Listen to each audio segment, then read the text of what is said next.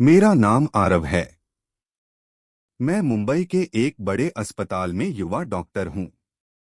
उस रात बारिश बहुत तेज थी। इमरजेंसी वार्ड में एक लड़की लाई गई, अनाया। Bike accident. उसके हाथ और कमर पर गहरी चोटें थीं, लेकिन सबसे गहरा जख्म उसकी आंखों में था। जब मैंने उसका नाम पूछा तो उसने कांपती आवाज में कहा, प्लीज मुझे अकेला मत छोड़ना।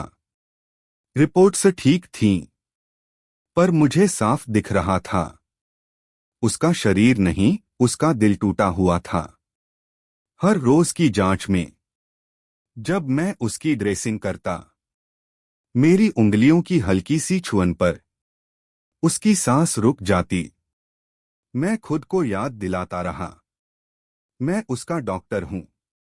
लेकिन कुछ रिश्ते इलाज से पैदा नहीं होते, वे नजदीकियों से जन्म लेते हैं। अनाया धीरे धीरे ठीक होने लगी, लेकिन हर दिन किसी न किसी बहाने मेरे केबिन तक पहुंच जाती। एक दिन उसने अपना दर्द खोल दिया। उसका मंगेतर 6 महीने पहले एक हादसे में मर चुका था। उस दिन के बाद वह किसी पुरुष पर भरोसा नहीं कर पाई। उसने कहा, डॉक्टर, जब आप पास होते हैं तो मुझे डर नहीं लगता। उस दिन कमरे में सिर्फ हम दोनों थे। हल्की रोशनी, तेज धड़कने।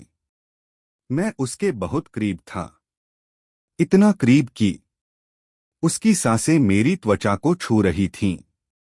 मैंने उसके आंसू पोंछे। उसने मेरी कलाई पकड़ ली। वह पल बहुत बोल्ड था, पर अब भी पवित्र।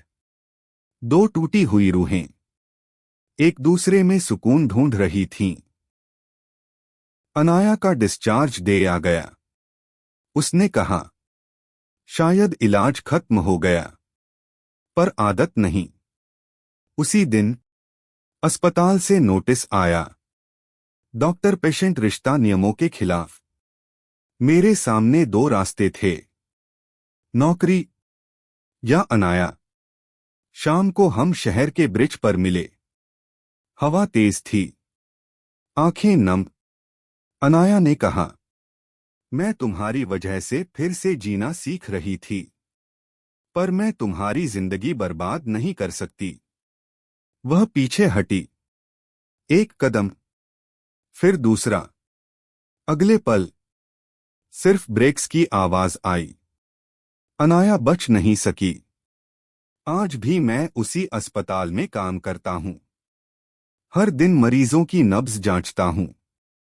लेकिन जब भी किसी लड़की की धड़कन महसूस करता हूं, तो सिर्फ एक नाम याद आता है, अनाया। कुछ मोहब्बतें इलाज बनकर आती हैं और जिंदगी भर का दर्द बनकर रह जाती हैं।